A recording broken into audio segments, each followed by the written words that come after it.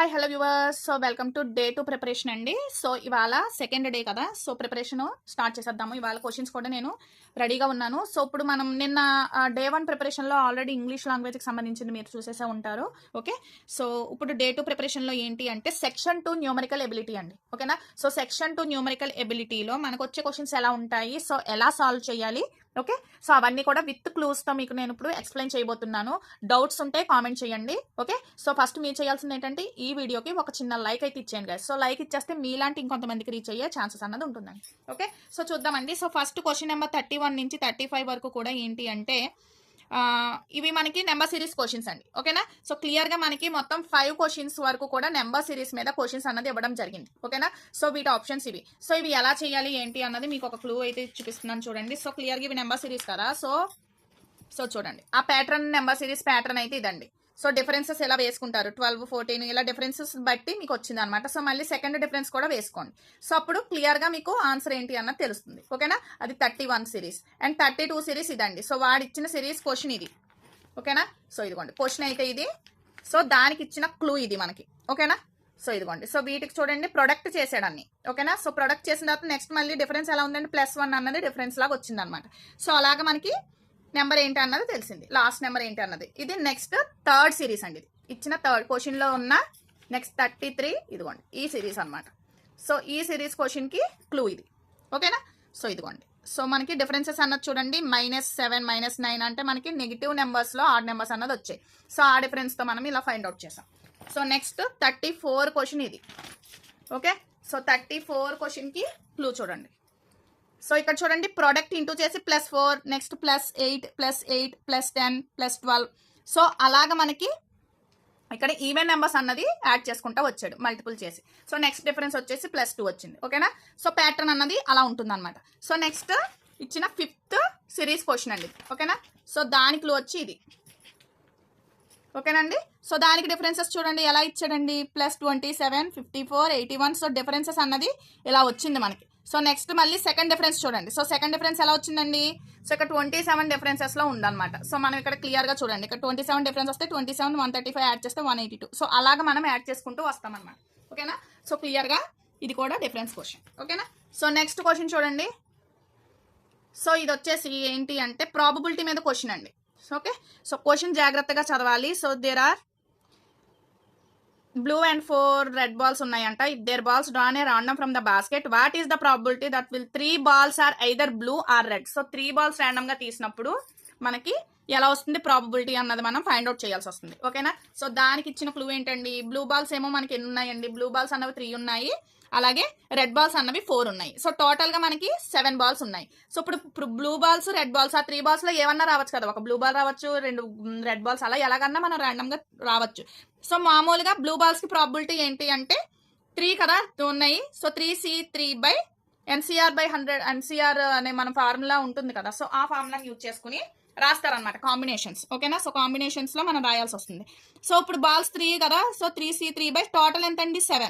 So 3 balls తీద్దాం, so 7C3. So దీనికి simplify చేద్దాం. అలాగే ప్రాబిలిటీ ఆఫ్ రెడ్ బాల్స్ అంటే 4 రెడ్ బాల్స్ ఉన్నాయి కాబట్టి 4C3 అవునా. సో అలాగే total balls 7C3. So 3 balls తీస్తున్నాం కాబట్టి వాటి కాంబినేషన్ అన్నది అలా రాశారు. సో ఇప్పుడు చూడండి దానికి ఇప్పుడు మనం ఏం చేయాలండి, ఈ రెండాట్లో ఏదన్నా రావచ్చు. ఆ 3 బాల్స్ ఏమొస్తాయో మనకు తెలియదు కదా, సో రెండాటిని యాడ్ చేసాం అనమాట. So that is a required probability. So ఇక్కడ ఏంటి ఫార్ములా, NCR ఫార్ములా ఏంటంటే n⁻1/n−1 into 1 so r. So అలా తెలుసు కదా మీకు, ఫార్ములా తెలుసా తెలీదా, NCR ఫార్ములా అండి n⁻n−r into r. So this is a formula. So ఆ ఫార్ములా ప్రకారం మనం వేసి సబ్స్టిట్యూట్ చేశారు. సో క్యాన్సిలేషన్ ఏమన్నా ఉంటే క్యాన్సిల్ చేసేసారు. సో ఫైనల్గా ఎంత వచ్చిందండి 1/35 + 4/35 అంటే 5/35 అని క్యాన్సిల్ చేస్తే 1/7. సో టోటల్ ప్రాబిలిటీ అన్నది 1/7 వచ్చింది. ఓకేనా, సో అలాగా అది ప్రాబబిలిటీ మీద క్వశ్చన్ అండి. ఓకేనా, సో ఇవి చూడండి. సో ఇది ప్రాఫిట్ లాస్ మీద క్వశ్చన్ అండి. సో ప్రాఫిట్ మీద క్వశ్చన్ ఇది. ఓకేనా, సో ఇవన్నీ కూడా అంతేనండి. PTR/100 ఫార్ములా, అదే సింపుల్ ఇంట్రెస్ట్ కాంపౌండ్ ఇంట్రెస్ట్లు ఉంటాయి కదా, సో ఆ ఫార్ములా యూజ్ చేస్తారు. ఇది proportionality, ratio proportionality. Okay, so ఇవన్నీ కూడా పర్సంటేజెస్ మీద, టైము. ఓకే, ఇక్కడ చూడండి డేస్ ఇచ్చాడు, సో టైమ్ అండ్ డిస్టెన్స్ మీద. ఓకేనా, సో ఈ ప్రాబ్లమ్స్ అవన్నీ కూడా దాని మీద ఉంటుందండి. నెక్స్ట్ అవన్నీ కూడా అంతేనమాట. ఓకేనా, profit loss, distance, time and distance, next ఇంకోటి ఏంటి రేషియో ప్రపోర్షనల్. ఓకే, సో వాటి మీద క్వశ్చన్స్ ఇవన్నీ. ఓకేనా, సో వాటి మీద క్వశ్చన్స్ కాబట్టి సో ఇంతవరకు 45 వరకు. సో వాటి క్లూస్ ఏంటో చూద్దాం. ఓకేనండి, సో వాటి క్లూస్ ఏంటో చూద్దాం. సో ఫస్ట్ 37 చెప్పాను కదా ప్రాఫిట్ లాస్ మీద క్వశ్చన్స్ అండి. సో క్వశ్చన్ దగ్గర పెట్టుకుని, ఓకేనా, సో క్వశ్చన్ అన్నది ఇది. సో క్వశ్చన్ దగ్గర పెట్టుకుని జాగ్రత్తగా క్లూస్ చూసి మీరు అబ్జర్వ్ చేయండి. ఏమి చేయలేదు, వాడు ఇచ్చిందే రాసాను, ఫార్ములాలో సబ్స్టిట్యూట్ చేశాను అంతే. ఓకేనా, వీడియో అయితే చాలా లెంగ్తీ అయిపోతుందండి స్టెప్ బై స్టెప్ మీకు ఎక్స్ప్లెయిన్ చేయాలంటే. అందుకు నేను కావాలంటే మీకు నేను లైవ్లో అయితే ఎక్స్ప్లెయిన్ చేస్తాను.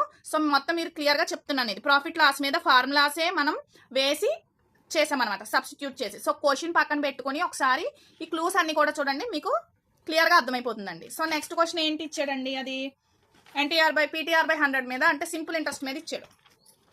ఓకేనా, సో సింపుల్ ఇంట్రెస్ట్ ఫార్ములా ఏంటండి, పీటీఆర్ బై 100. సో దాని మీద ఇచ్చింది మనం డేటా తీసుకుని, సో దాని మీద వాల్యూస్ అన్నది సబ్స్టిట్యూట్ చూసి సింప్లిఫికేషన్ చేశాను అంతే, ఏమీ చేయలేదు.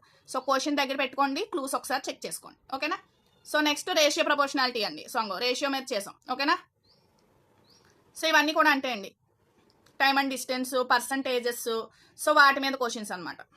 ఓకేనా, సో ఇది వర్కింగ్ డేస్ అవి ఇచ్చాడు. సో రేషియోస్ మీదది. ఓకే, సో క్లియర్గా మీకు అర్థమైపోతుంది. ఒక్కసారి క్వశ్చన్ దగ్గర పెట్టుకుని మీరు క్లూస్ అన్నది చూడండి. సో క్లూస్ అన్నది చూస్తే మీకు క్లియర్గా అర్థమైపోతుంది. ఓకేనా, సో ఇది రేషియోస్ మీద క్వశ్చన్ అండి.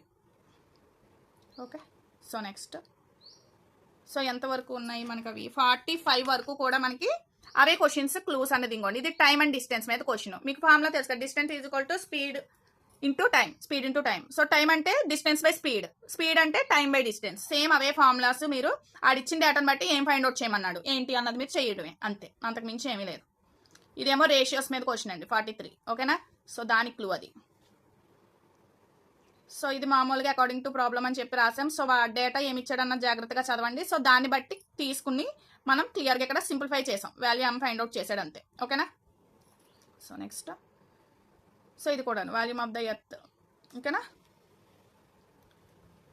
సో సర్ఫేస్ ఏరియాస్ వాటన్నిటి మీద ఫార్ములాస్ ఇస్తూ మీకు నేను ఇచ్చిన క్వశ్చన్. సో ఇది ఇంతవరకు 45 వరకు కూడా ఏమి ఇచ్చాడండి మనకి డిస్టెన్సెస్ మీద వాటి మీద ఇచ్చిన క్వశ్చన్స్ అనమాట. ఓకేనా, సో నెక్స్ట్ చూడండి. సో నెక్స్ట్ ఇక్కడ మనకి ఒక టేబుల్ ఇచ్చాడు, ఒక టేబులర్ ఫామ్ ఇచ్చాడు. సో ఈ డేటాని బేస్ చేసుకుని మనం ఇక్కడ ఉన్న క్వశ్చన్స్ అన్నది సాల్వ్ చేయాలన్నమాట. డేటా హ్యాండ్లింగ్ అంటారు వీటిని. ఓకేనా, సో ఈ డేటాని యూజ్ చేసుకుని మనం క్వశ్చన్స్ అన్నది సాల్వ్ చేయాలి. సో క్వశ్చన్స్ ఇవ్వండి. ఓకే, సో జాగ్రత్తగా మన రియల్ లైఫ్లో జరిగే ఇవన్నీ కూడా ఈ క్వశ్చన్స్ అన్నీ కూడా సో మైండ్ సెట్ కరెక్ట్గా పెట్టుకుని మీరు చెక్ చేసుకుంటే ఈజీగా. సో ఇక్కడ 50 క్వశ్చన్స్ కదా, సో 50 క్వశ్చన్స్ వరకు ఉన్న క్లూస్ ఏంటో ఒకసారి చూసేద్దాం. ఓకేనా అండి, 46 నుంచి ఇదిగోండి. సో 46 యావరేజ్ ప్రైస్ అడుగుతున్నాడండి. సో యావరేజ్ ప్రైస్ ఏంటి, మనం అన్ని సమేషన్ చేసి బై చేస్తాం కదా, సేమ్ అదే చేసాడు ఇక్కడ. ఓకేనా, సో డేటా ఏంటో క్లియర్గా చదివి సో ఆ టేబులర్ ఫామ్ మీద ఉన్న డేటా ప్రకారం ఇక్కడ యావరేజ్ ఫైండ్ అవుట్ చేశాడండి అంతే. ఓకేనా, షుగర్ కేన్ది మేజ్ది యావరేజ్ అన్నది ఫైండ్ అవుట్ చేశాడు క్లియర్గా. సో ఇక్కడ చూడండి నెక్స్ట్ క్వశ్చన్ కూడా దానికి సంబంధించిందే. సో ఇవన్నీ కూడా క్లూస్. సో జాగ్రత్తగా క్వశ్చన్స్ చదివి చూసుకుంటే మీకు అర్థమైపోతుంది క్లియర్గా. ఓకేనా, ఓకేనండి. సో 50 వరకు కూడా ఆ డేటా హ్యాండ్లింగ్ మీద ఇచ్చిన క్వశ్చన్స్ ఇవన్నీ. ఓకేనా, సో 50 వరకు అయిపోయింది. సో నెక్స్ట్ సో ఇక్కడ చూడండి ఇవి మనకి అర్థమెటిక్ అండి. సో ఇక్కడ ఏమి ఇచ్చాడు మనకి పర్సంటేజ్ ఇచ్చేసి ఈక్వల్స్ టు క్వశ్చన్ మార్క్ ఇచ్చాడు. క్లియర్గా ఇది సింప్లిఫికేషన్ చేయడమే. పర్సంటేజ్ దీనికి ఇది ఎంత పర్సంటేజ్ అవుతుందంటే 60/100 ఇంటూ ఇది, ఇలాగే 50/100 ఇంటూ 8 ఇంటూ 1.02. సో ఇది ఇలాగ మనం సింప్లిఫై చేయాలన్నమాట. సో అలాగే మనకి ఎన్ని క్వశ్చన్స్ ఇచ్చాడు సింప్లిఫికేషన్ మీద మొత్తం మనకి 10 క్వశ్చన్స్ ఉన్నాయండి. ఓకేనా, సో 10 క్వశ్చన్స్ అన్నది మీకు సింప్లిఫికేషన్ మీద ఇచ్చాడు క్లియర్గా. ఇదంతా అర్థమెటిక్ అనమాట. ఓకేనా, సో వీటి క్లూస్ కూడా నేను మీకు ఇప్పుడు చూపిస్తాను చూడండి. సో ఇవి 60 క్వశ్చన్స్. ఓకేనా, సో 51 నుంచి 60 క్వశ్చన్స్ ఏంటండి మనకి ఇచ్చినవి అర్థమెటిక్ సింప్లిఫికేషన్, క్లియర్గా సింప్లిఫై చేయడమే. ఇంకో పర్సంటేజెస్ ఇచ్చాడు కదా 60%, 15%. సో పర్సంటేజెస్ ఫార్ములా వేసాను, క్లియర్గా క్యాన్సిల్ చేయాల్సినవి క్యాన్సిల్ చేస్తే ఆన్సర్ వచ్చిందండి అంతే. ఓకేనా, సో ఇవన్నీ కూడా అంతే చూడండి, ఇవన్నీ కూడా సింప్లిఫై చేయడమే. ఒకటి ఎలా అవుతాయి అలా సింప్లిఫై చేసుకుంటూ రావడమేనండి. ఓకేనా, సో ఇవన్నీ కూడా అంతే. ఇక్కడ మనకి ఇక్కడ క్వశ్చన్ మార్క్ అడిగాడు, సో పవర్ క్వశ్చన్ మార్క్ అడిగాడు. సో ఇవన్నీ కూడా ఈక్వల్ చేసుకుంటా వస్తారు మనకి, ఓకేనా.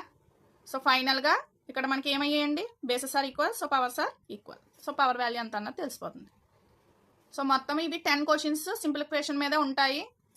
సో ఇచ్చింది రాసుకుంటారు, ఇదిగోండి ఇక్కడ క్వశ్చన్ మార్క్ ఉంది. సో అటు ఇటు తిప్పడం చేయడం, ఓకేనా. Square root value, okay.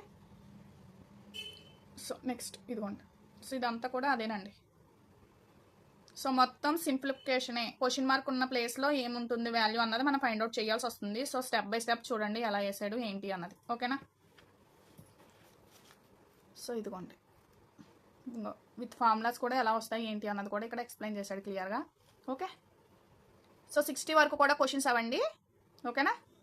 60 వరకు కూడా అర్థమెటిక్ మీద క్వశ్చన్స్ అనమాట, ఓకే. సో నెక్స్ట్ ఏం ఇచ్చాడంటే ఇక్కడ చూడండి. సో మనకి డైరెక్షన్స్లో మనకి ఇక్కడ కొన్ని కండిషన్స్ ఇచ్చాడు కదా ఇక్కడ, అవునా. ఇవి ఆన్సర్స్ అనమాట. సో మనకి ఇక్కడ చూడండి, సో దేనికి ఈక్వల్ అవుతుంది, దేనికి సింప్లిఫై అవుతుంది, రిలేషన్షిప్ దీనికి ఉన్న రిలేషన్ ఏంటి, దేనికి ఆప్షన్ సూట్ అవుతుంది అన్నది మనం చెయ్యాలన్నమాట. ఇవి క్వశ్చన్స్. సో దీనికి సంబంధించి మనకి 61 నుంచి అండి. సో ఇది తీసుకున్నాడు. సో దీనికి ఏం చేశాడు, ఫ్యాక్టర్స్ ఫైండ్ అవుట్ చేశాడండి, అవునా. సో ఫైనల్గా 7 or 12 అని వచ్చింది. సో అది ఆప్షన్ 1 ఆన్సర్ అంట. సో అలాగనమాట. సో సెకండ్ వన్ ఇది. సో మనకి రెండు ఈక్వేషన్స్ ఇచ్చాడు కదా. సో 2 ఈక్వేషన్స్ సాల్వ్ చేసేస్తే సో వీటి మధ్య రిలేషన్ ఎలా ఉంది, ఫస్ట్ ఆప్షన్ ఉందంట. సో అది వచ్చింది. సో అలాగా ఆ 2 ఈక్వేషన్స్ ఇచ్చిన ప్రతి ఈక్వేషన్ని మనం వాల్యూస్ ఫైండ్ అవుట్ చేసి వాటి మధ్య రిలేషన్ XY వాల్యూ రిలేషన్ ఎలా ఉంది అన్నది మనం చెప్పాలి, ఓకేనండి. సో ఒక్కొక్క దానికి ఒక కండిషన్ ఇచ్చాడు. సో అలాగ సింప్లిఫై చేయడం ఎలా వచ్చింది అన్నది మీరు ఫైండ్ అవుట్ చేయాలి, ఓకేనా. సో అది.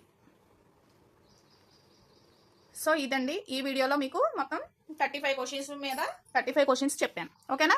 సో నెక్స్ట్ వీడియోలో నెక్స్ట్ డే 3 ప్రిపరేషన్ ఏంటన్నది చూద్దాం. ఇప్పటి వరకు మీరు ఎవరన్నా ఇంకా ఫస్ట్ టైం ఛానల్ చూస్తే సబ్స్క్రైబ్ చేసుకుని సపోర్ట్ అయితే చేసేయండి. వీలైనంత మందికి మాత్రం ఈ వీడియోని షేర్ చేయడానికి ట్రై చేయండి. Thanks for watching this video.